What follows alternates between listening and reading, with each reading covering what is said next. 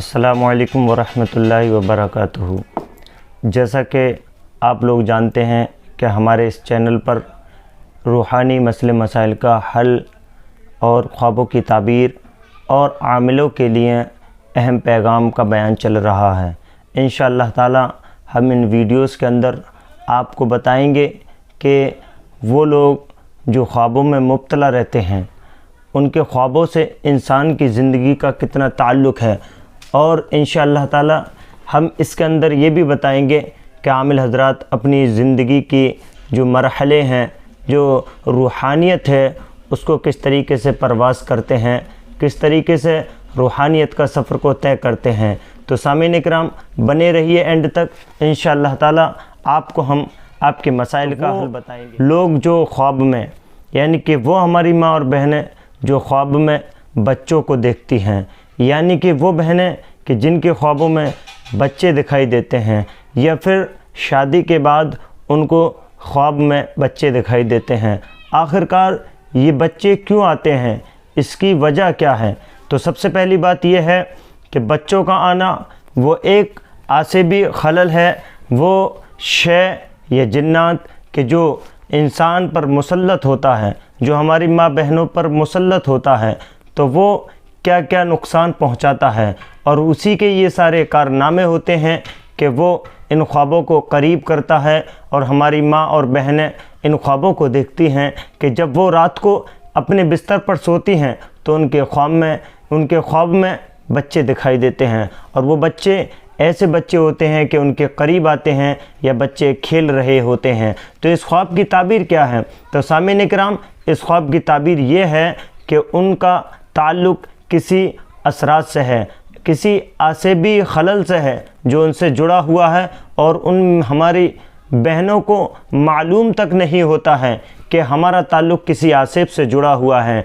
लेकिन जब शादी के बाद जब इन ख्वाबों का सिलसिला आगे बढ़ता है तो उसके बाद वो दवाई वगैरह इलाज तो कराती रहती हैं, लेकिन उसके बावजूद भी उनके मसाइल का हल नहीं होता।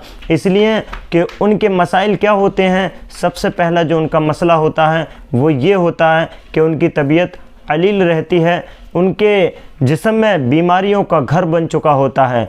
इसलिए कि ऐसे ख्वाबों का आना इस बात को दर्शाता है, इस चीज़ का पैगाम देता है कि आपके ऊपर मसान यानी कि आसिबी खलल का एक आसिबी खलल चल रहा है, आसिबी खलल चल रहा है, जिस वजह से आपके बच्चे में रुकावटें पैदा हो रही हैं। जी हाँ, ज़रूर वो हमारी बहनें जो मायूस रहती हैं, बच्चों से नाउम्मीद हो जाती हैं, उनके बच्चे नहीं होते हैं और वो उनके शिकम से बच्चे जन्म नहीं ले पाते हैं, और वो हमारी बहनें ये समझती हैं कि शायद ये हमारे अंदर कोई बीमारी है जिसकी वजह से हमारे शिकम से बच्चे जन्म नहीं ले रहे हैं। लेकिन वो ये नहीं जानती कि उनको वो बीमारी नहीं, बल्कि वो किसी खलल के ज़द में है, किसी आसिब की ज़द में है, जिसकी वजह से वो आसिब उनके बच्चों को रोक रहा है, उनके जिस्म से बच्चे पैदा होने को रोक रहा है, उनके शिकम से बच्चे पैदा होने को रोक रहा है।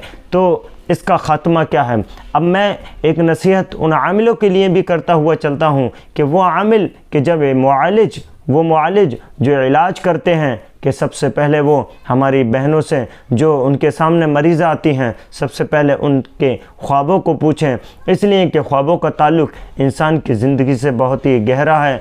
और जब आप उनसे ख्वाबों के बारे में पूछेंगे और जब वो बताती हैं आपको कि हाँ हमें गोश्त दिखाई देता है, हाँ हमें ख्वाब में पानी दिखाई देता है, हाँ हमें ख्वाब में सांप दिखाई देता है, हाँ हमें ख्वाब